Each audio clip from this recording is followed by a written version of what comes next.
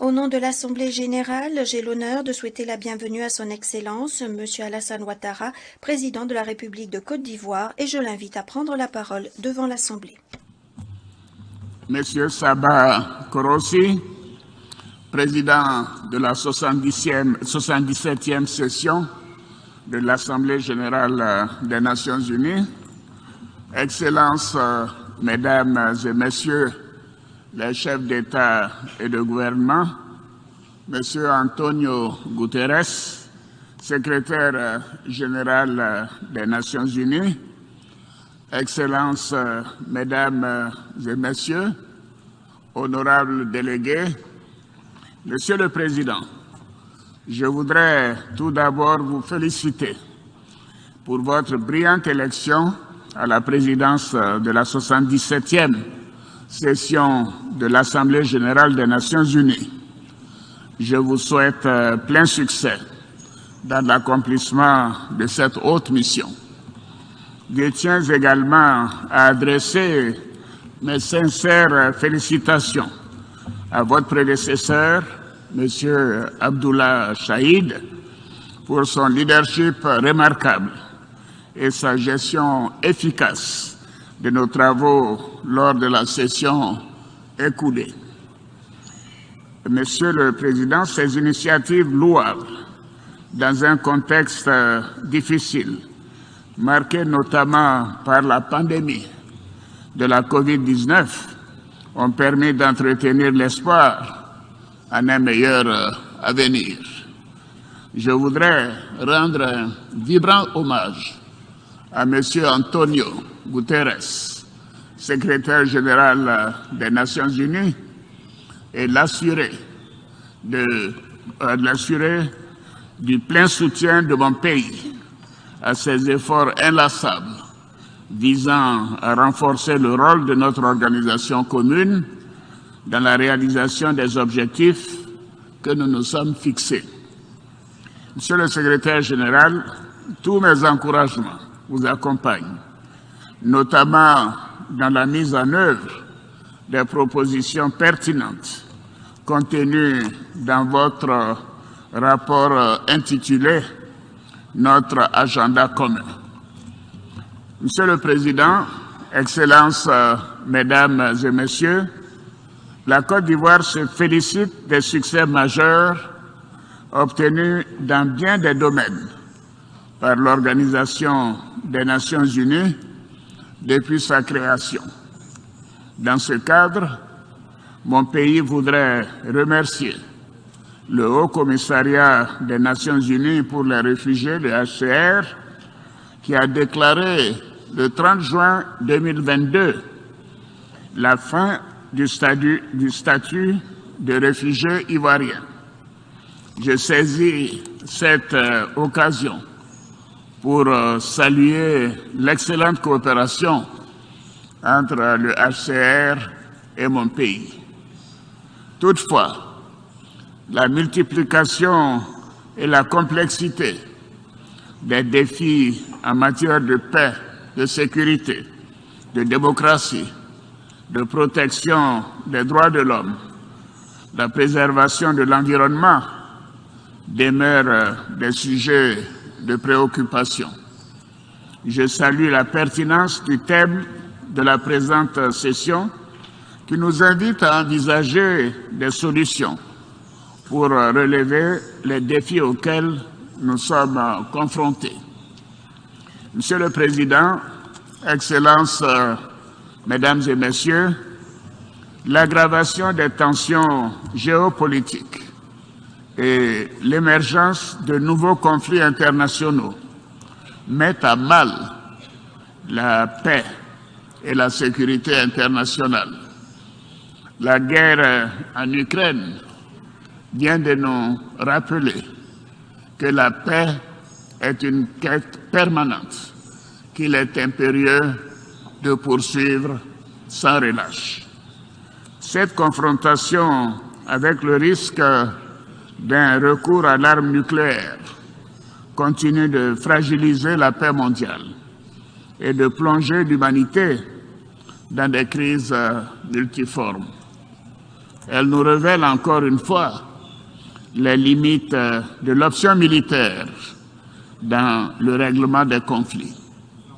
C'est pourquoi la Côte d'Ivoire, qui n'a de cesse de prôner la coexistence pacifique, ainsi que le recours au dialogue dans la recherche des solutions aux différends entre les nations, tient à renouveler son appel à la cessation immédiate et définitive des hostilités en Ukraine.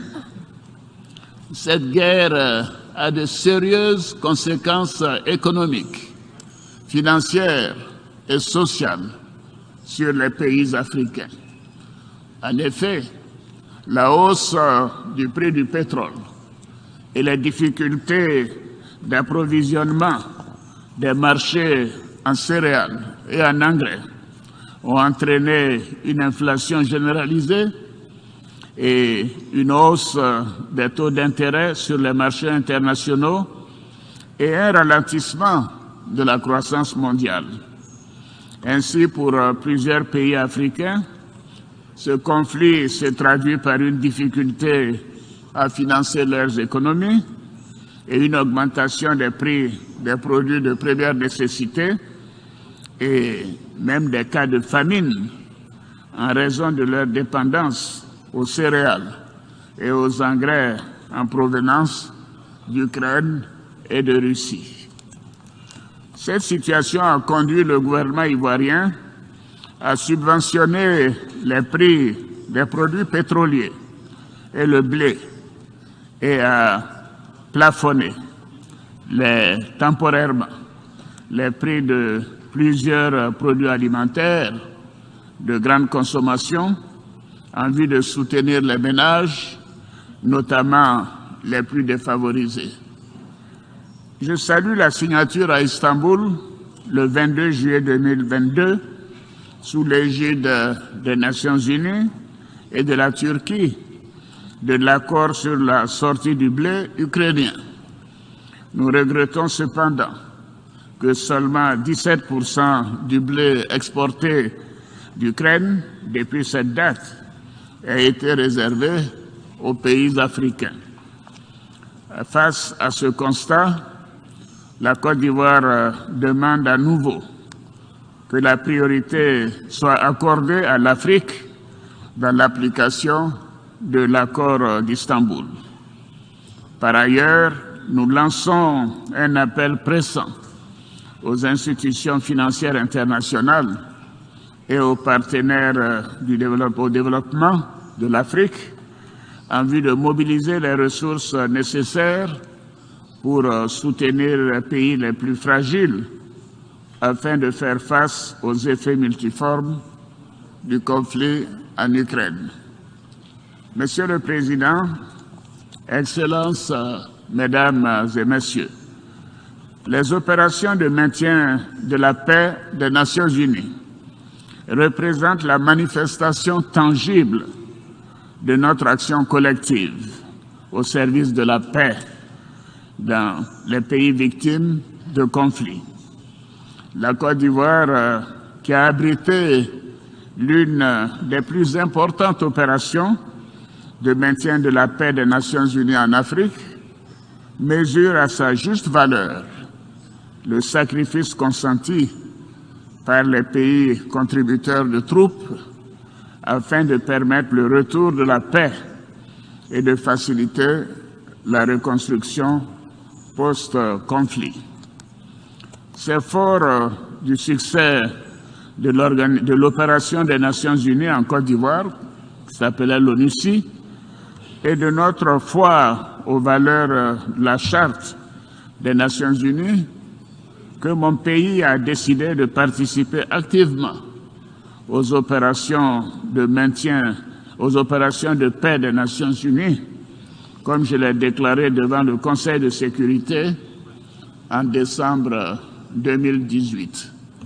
Je me réjouis à cet égard de la participation de la Côte d'Ivoire à la mission multidimensionnelle intégrée des Nations Unies pour la stabilisation au Mali, la MINUSMA, et à la mission des Nations Unies en République centrafricaine, la MINURCA, et je salue le professionnalisme des contingents ivoiriens déployés dans ces opérations.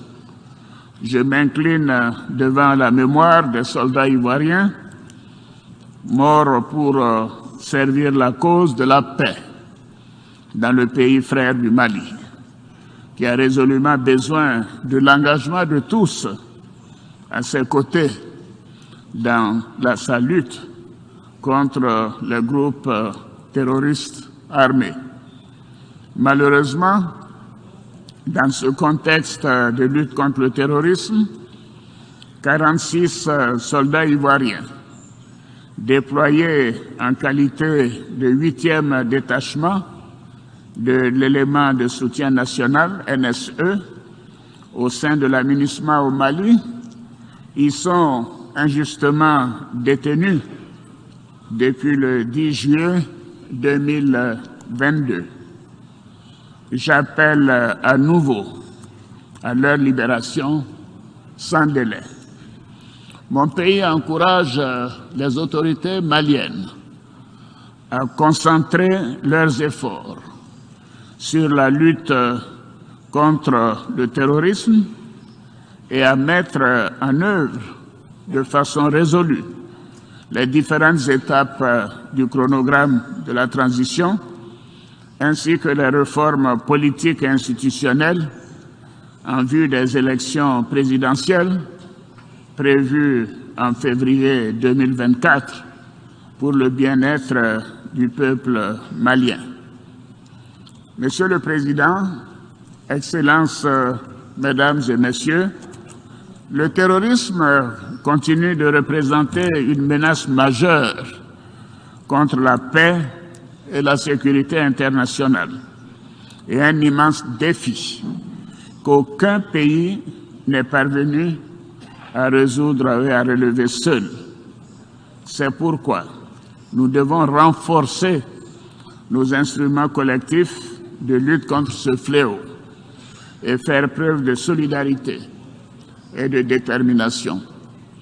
À cet égard, mon pays salue l'action déterminante de la France et de ses partenaires européens au Sahel et réitère son appel en faveur d'une plus grande implication des autres grandes puissances dans la lutte contre le terrorisme au Sahel et dans le golfe de Guinée, en soutien aux armées nationales, à la communauté économique des États de l'Afrique de l'Ouest, la CEDEAO, et bien évidemment à l'initiative d'Accra.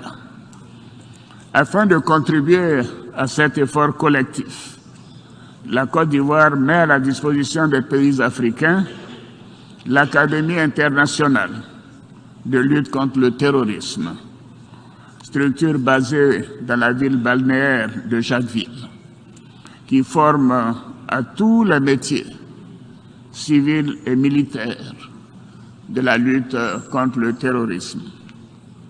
Monsieur le Président, Excellences, Mesdames et Messieurs, notre session se tient au moment où la crise énergétique consécutive à la guerre en Ukraine tend à compromettre les progrès et les avancées observées en matière de réduction d'émissions de gaz à effet de serre, notamment à travers un retour dans certains pays industrialisés à l'utilisation du charbon.